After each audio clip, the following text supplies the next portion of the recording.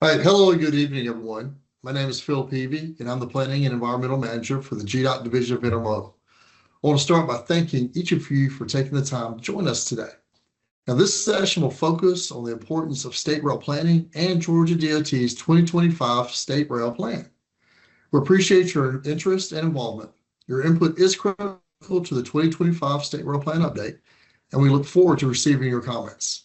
Now, throughout this evening's session, we'll have opportunities for Q&A, as well as an online GIS map platform where you can leave additional comments and feedback. We will also provide a brief overview of the platform once we get to the activities. Now, on this first slide, we highlight Georgia's multimodal transportation system vision and goals. The mission is to deliver a transportation system focused on innovation, safety, sustainability, and mobility. The mission emphasizes a forward-thinking approach that benefits all Georgians by improving how we travel and connect. The vision is to boost Georgia's competitiveness through leadership in transportation. The vision drives our efforts to make Georgia a leader in multimodal connectivity, ensuring a strong and effective rail network for both passenger and freight services. These guiding principles frame the updates to the 2025 State Rail Plan and underscore the importance of your feedback today. Now, what is a state rail plan? A state rail plan is a strategic document required by the Federal Rail Administration that guides the development of rail systems over the next 20 years. It is essential for addressing passenger and freight rail needs, identifying key infrastructure improvements, and developing investment strategies that support economic growth, safety, and environmental sustainability. Our vision is to create a safe, efficient, and reliable rail system that expands access and mobility for both people and goods while strengthening Georgia's economic competitiveness. To achieve this vision, we have outlined several key objectives: enhance rail system safety and security, maintain and improve rail assets to enhance reliability, support an improved and expanded passenger rail system, promote rail as an energy and environmentally sustainable choice, upgrade and expand connectivity and access for people and goods. And then finally, further Georgia's economic development and competitiveness through the statewide reach of rail. Now, these goals drive our planning efforts and ensure the rail system supports the state's broader transportation needs. Now, before we dive into the details of our plan, let's take a moment and review the different types of rail to make sure we're all on the same page. We'll start with freight rail. Now, which is actually the cornerstone of our transportation system and plays a vital role in moving goods across the country and supporting our economy. First, we have Class 1 railroads. Now, these are the largest freight railroads providing long-distance services that form the backbone of North America's rail network. They operate major railroads, connect to ports, and serve large industries directly. Now, there are 6 Class 1 railroads in North America, with 2 operating right here in Georgia. Next, we have our short line railroads. Now, these smaller railroads provide critical first mile, last mile service, connecting smaller industries to the larger Class 1 network. They're essential for rural economic development, ensuring businesses in less populated areas can ship and receive goods. Georgia is the home to 28 short line railroads.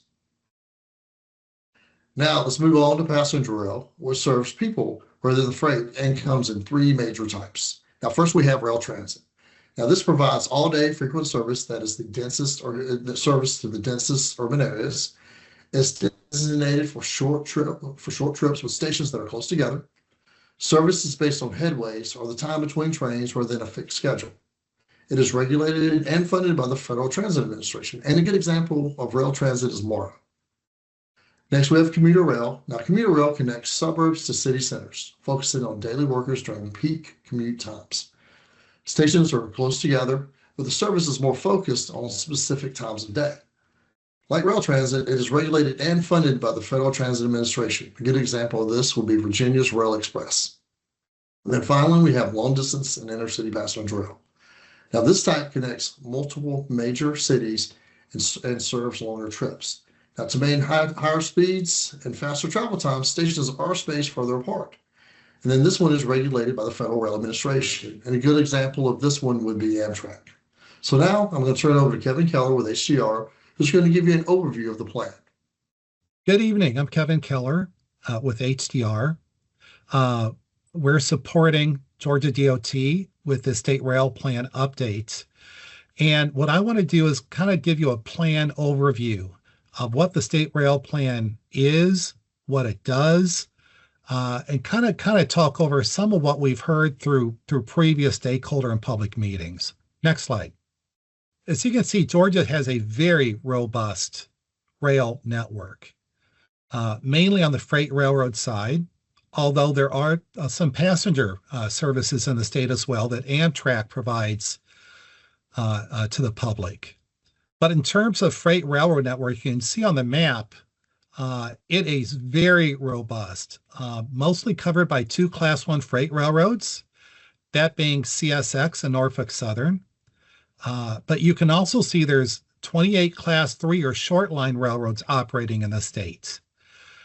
Those include a couple of railroads that are actually owned by the state of Georgia, by the way, which is fairly unique in the country. So one of the parts of the state rail plan that we cover is the role of rail in the statewide transportation network in Georgia. And if you get a chance to read the draft of this plan, you'll see that we cover each one of the railroads that operate in the states, some of the specifics of those railroads. And that's important because as we go through the development of the rail plan, we'll talk about the needed improvements that each of these railroads have offered up to us in the course of putting together this updated rail plan. Next slide. A couple of definitions, because I know we have a couple of definitions. I know Phil did a really good job explaining the difference between some of the different passenger rail modes. In the context of a state rail plan, there are some different or additional definitions that I just want to make you aware of. SRP, obviously a state rail plan. FRA is the Federal Railroad Administration. Class 1 and Class 3 short line are different sizes of the railroads, like we do. We basically designate railroads per their size in terms of mileage. And obviously Class 1s, such as Norfolk Southern CSX, are the big interstate rail lines, if you will. There's a category called Class 2. There are no Class 2 railroads in Georgia. Those are more of the regional railroad networks. However, like I said before, there's 28 Class 3, or what we call short line railroads in the state. Intermodal is just referring to the transportation of freight using multiple modes. It could be a vessel at the Port of Savannah offloading to truck that then offloads to rail. It could be barge unloading to rail. That goes the opposite way too. It could be rail transferring their freight to a barge, or transferring their freight to a truck, or transferring to a vessel. So intermodal is very important for development of that whole freight network in the state. We talked about intercity and commuter rail. I think Phil did a really good job explaining the differences and the different types of passenger rail in the state. And then Amtrak. You've heard Amtrak before, and I think most of us are familiar with Amtrak. That's the National Railroad Passenger Corporation, which operates by far most of the passenger rail intercity routes in the country. Next slide. So the state rail plan itself has a couple different strategies in it. First and foremost is what we're doing here tonight. It's really to inform the stakeholders and the public on what we have found to date in this rail plan update. What are the priorities? What are some of those projects that should be prioritized to improve the freight and passenger rail network in the states?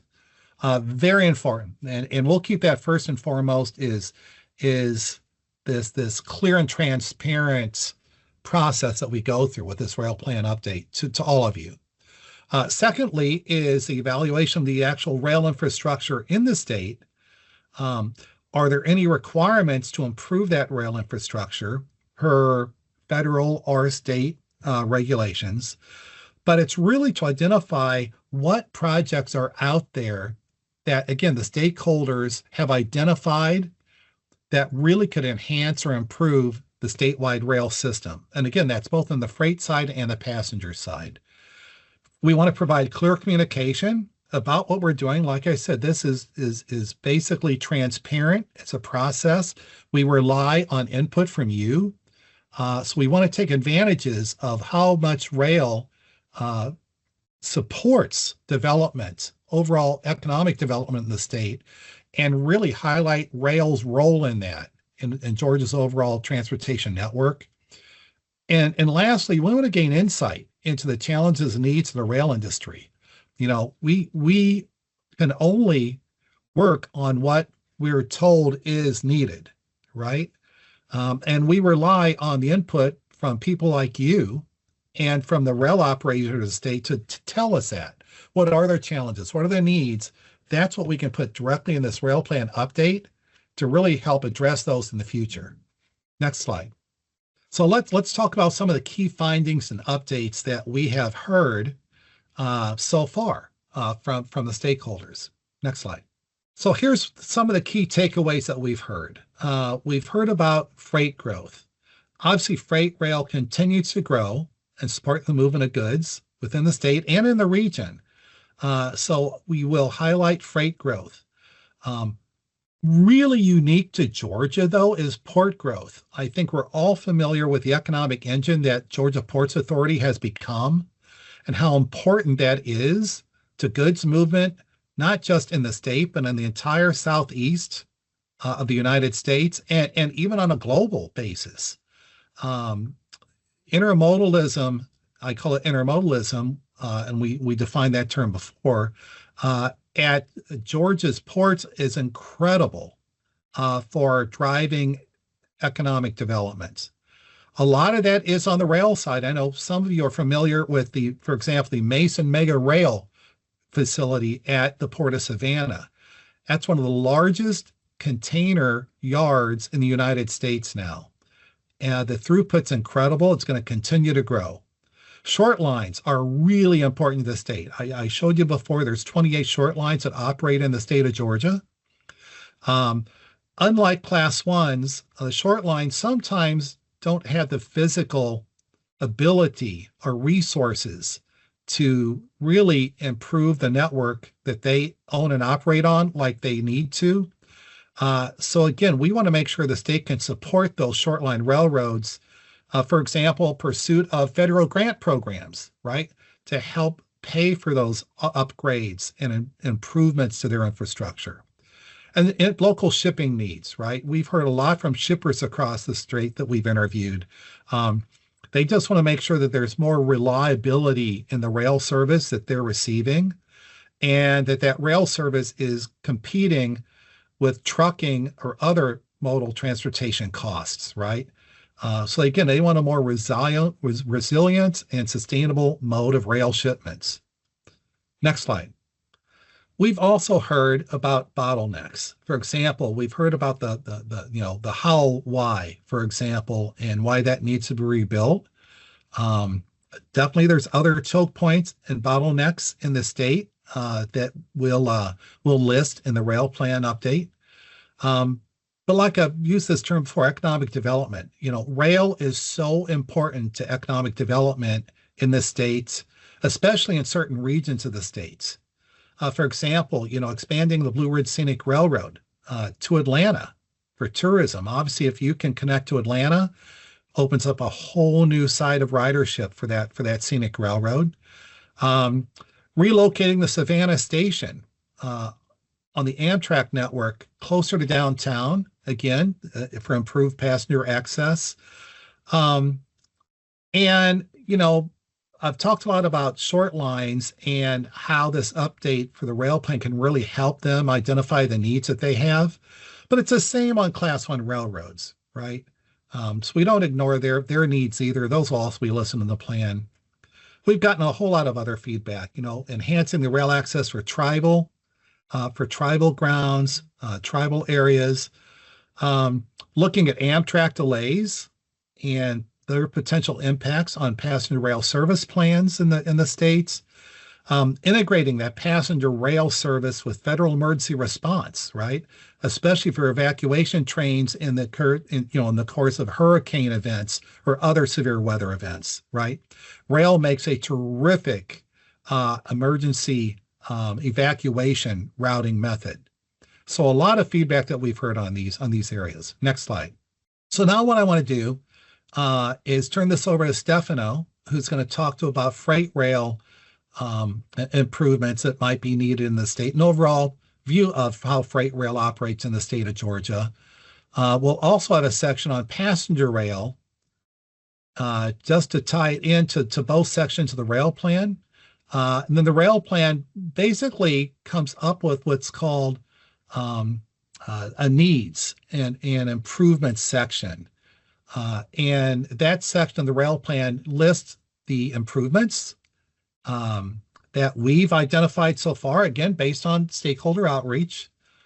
But we'll start with the freight rail, and Stefano, I'll turn it over to you. Thank you. Thank you, Kevin. Good evening, everyone. My name is Stefano Miranda, Senior Transportation Planner with HDR. Before diving into the numbers, for your knowledge, the following data is derived from 2022 SDB waybill samples, USDOT freight analysis framework, and in-plan analysis. So moving into the next slide, freight rail in Georgia, the top commodities. In 2022, freight rail carried approximately 158 million tons of goods, underscoring its vital role in Georgia's economy. Key commodities from the pie chart include chemicals, which lead with 22% of total tonnage, showcasing rail's capacity for industrial goods. And other significant commodities listed include non-metallic minerals at just over 10%, food products at just over 11%, and pulp or paper products at just over 8%. Freight rail reduces road strain, boasts industry efficiency, and supports statewide growth. These figures demonstrate freight rail's critical contributions to Georgia's manufacturing, agriculture, and construction industries.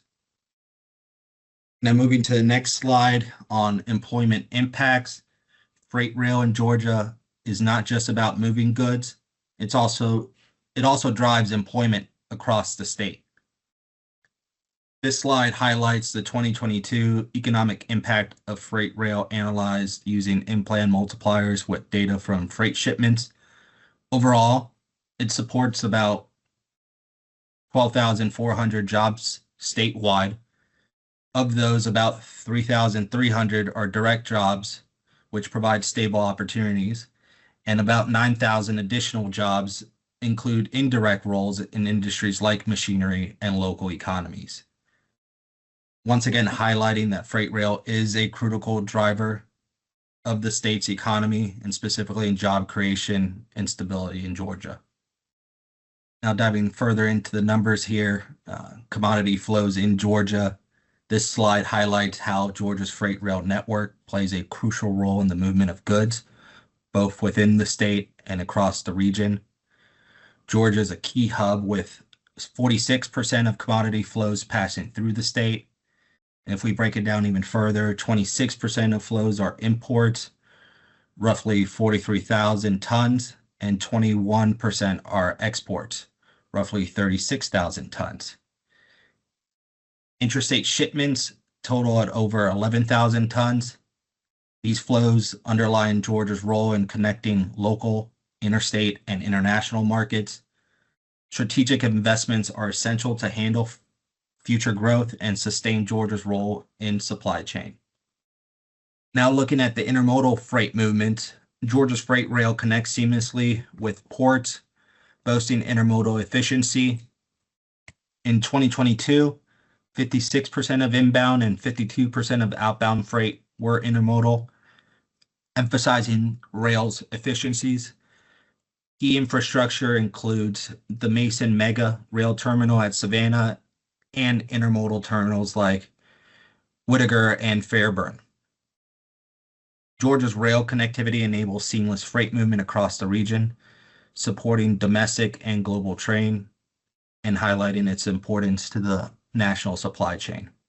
Now we'll pivot from commodity freight movement over to Section 130 safety program. To note, the state of Georgia has approximately 5,000 public highway rail grade crossings, ranking it 7th in the U.S. for the number of crossings trailing states like Texas and Illinois. The Section 130 program improves rail safety through targeted upgrades, including crossing consolidations and warning devices. It is administered by the Railroad Crossing Safety Unit within GDOT's Office of Utilities. This program ensures safe rail operations for public benefit and system efficiency. As you can see on the table to the right, planned investments between 2025 and out to 2050 total just under 42 million for 103 projects, which focus on safety and efficiency. Now moving on to the Georgia Freight Rail Program. This program drives public benefit by enhancing freight rail through strategic investment, a fairly new program passed through the Georgia Assembly. In fiscal years 24, the state awarded $10.8 million for 6 projects, covering 45% of the roughly $24 million total cost. Looking ahead, the fiscal year's 2025 projects award will be announced soon and will further strengthen Georgia's freight rail infrastructure. And continuing with our conversation about freight rail investments, here we're looking at the draft freight rail short-term investment program, currently in the draft version of our plan. Just under 170 million is allocated for 120 projects through fiscal years 28. This includes about 120 million for state-owned rail projects, just under 60 million for privately owned projects, and just under 40 million for crossing upgrades. These investments address immediate needs while ensuring long-term growth and reinforcing Georgia's leadership in freight rail efficiency. Now, if there are any other projects that you, the public, would like us to include, please email one of the staff members at GDOT. And with that, this concludes the freight rail segment of our presentation, and I'll pass it over to my colleague, Matt Van Hattem, who will inform us on how rail moves people. Thanks so much, Stefano. I'm Matt Van Hattem, a rail planner with HDR, and I'll be talking about the projects in the state rail plan related to passenger rail service in Georgia.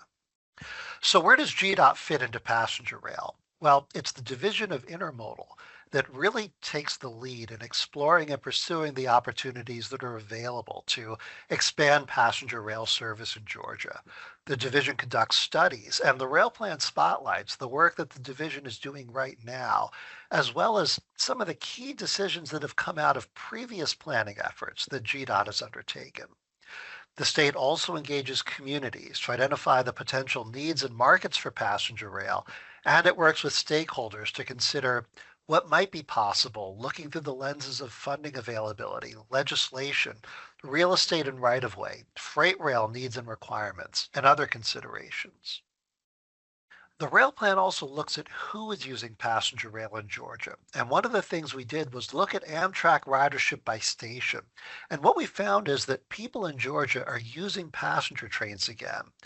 During COVID, the ridership at Amtrak stations in Georgia fell by almost half, as you can see on the screen. But by 2023, and that's the last year of data we have available, the ridership had rebounded to 98% of the pre-COVID level from 2019. And the 2 highest ridership stations in Georgia, which are Atlanta and Savannah, actually had even more passengers in 2023 than they did in 2019 before the pandemic. The Atlanta station, which is served by just one train, the Crescent, not only has the highest number of riders, but it also is used by about 50% of all the rail passengers who use Amtrak trains in Georgia. Savannah is the second highest ridership station, and that's used by about 40% of all Georgia rail passengers. And Savannah is served by all 3 Georgia coastal routes, the Palmetto, the Silver Star, and the Silver Meteor. Now, what you also see on this slide is how important Georgia is to the overall patronage of the trains that serve the state. And that's especially true for the Amtrak Crescent route. Passengers that get on and off the Crescent in Atlanta made up 5 of the top 10 travel pairs for this train among all of the people that use the Amtrak Crescent. And you see that involves travel in both directions, both northward towards New York and southward to New Orleans. A second train, the Palmetto, has a robust Savannah to Charleston market, which is also one of the top 10 travel markets for that train. And that works because the Palmetto is a daytime train in Georgia. It has an ideal schedule for people who want to make day trips from Savannah going north along the I-95 corridor. The rail plan also looks at what could drive future needs and opportunities for passenger rail in Georgia. These trends include population and employment growth, demographic changes in the state, and road safety and congestion concerns. There are 3 distinct areas in the state, all of which have different travel needs, but all of which where passenger rail could play a role in the future. Metropolitan Atlanta is one of those areas, and that's going to continue building on its economic success. It'll continue to attract more jobs and more residents, which then results in more travel demand. Outside of Atlanta, there are other emerging metropolitan areas across the state, such as Savannah and Augusta, where 20% of the population lives. And some of those places are seeing tremendous growth right now. And then finally, there are the rural areas of Georgia.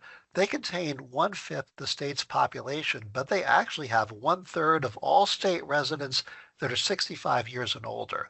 And that may create a stronger need for alternatives to personal automobile travel in the future. So we talked last time about the Federal Railroad Administration's Corridor Identification and Development Program, which was a program established under the Infrastructure Investment and Jobs Act to become really the primary means for directing federal financial support towards the development of new or improved intercity passenger rail service throughout the United States. So this is a program to study passenger rail and lay the groundwork for future construction and implementation. The Federal Railroad Administration selected 69 corridors for this program, and among the corridors selected, there were 3 that served Georgia and a 4th near Georgia, as you can see on the screen. GDOT is the sponsoring agency for one of the corridors shown here, and that's the Atlanta to Savannah corridor. And it's important to note that GDOT had started the planning work for this corridor even before this federal program was announced. So here's a bit more information about the Atlanta to Savannah passenger rail study. This study is currently underway, and it has the following objectives. The study is going to evaluate the benefits and costs of a passenger rail service between Atlanta and Savannah.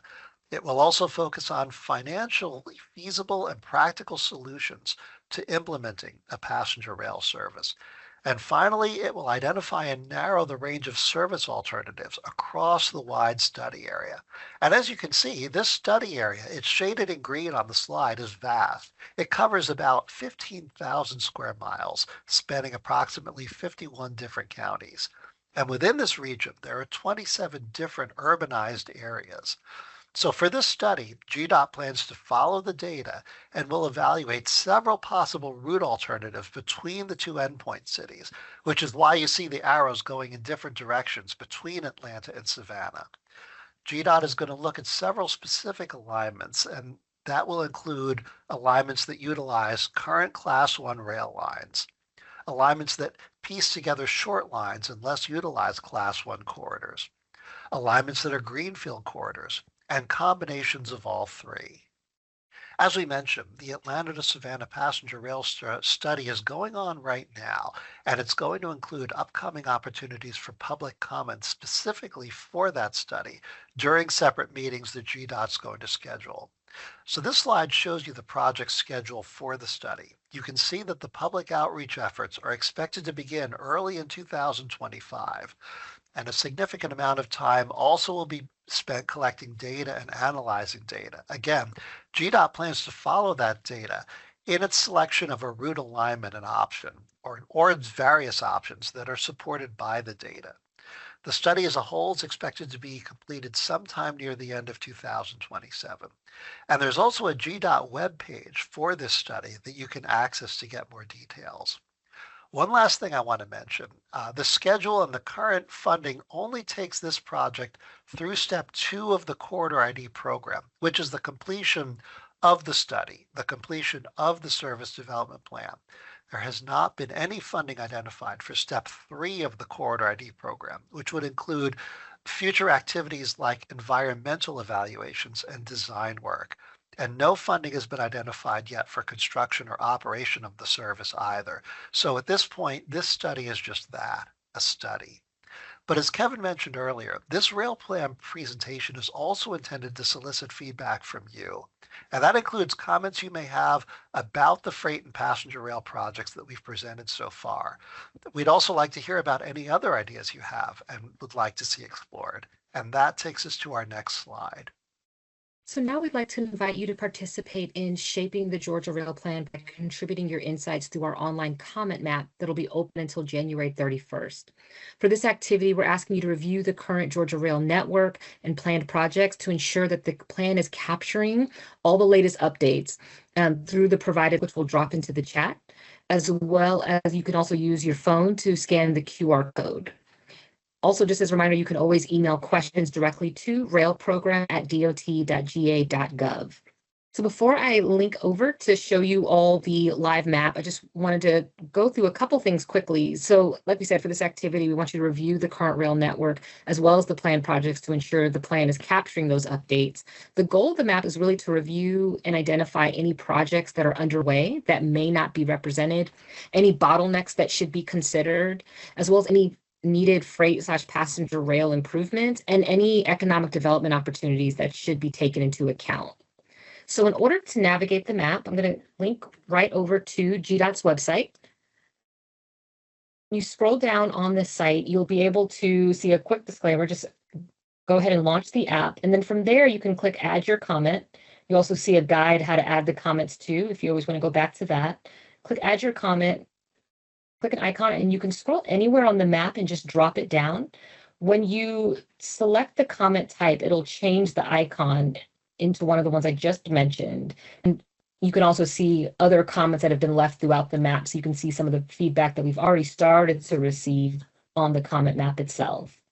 You can also leave a comment anywhere on the map, even if it's not tied to a specific geography. We'll like to capture those as well onto our comment map. All right, on this next slide, we have a brief overview of the schedule.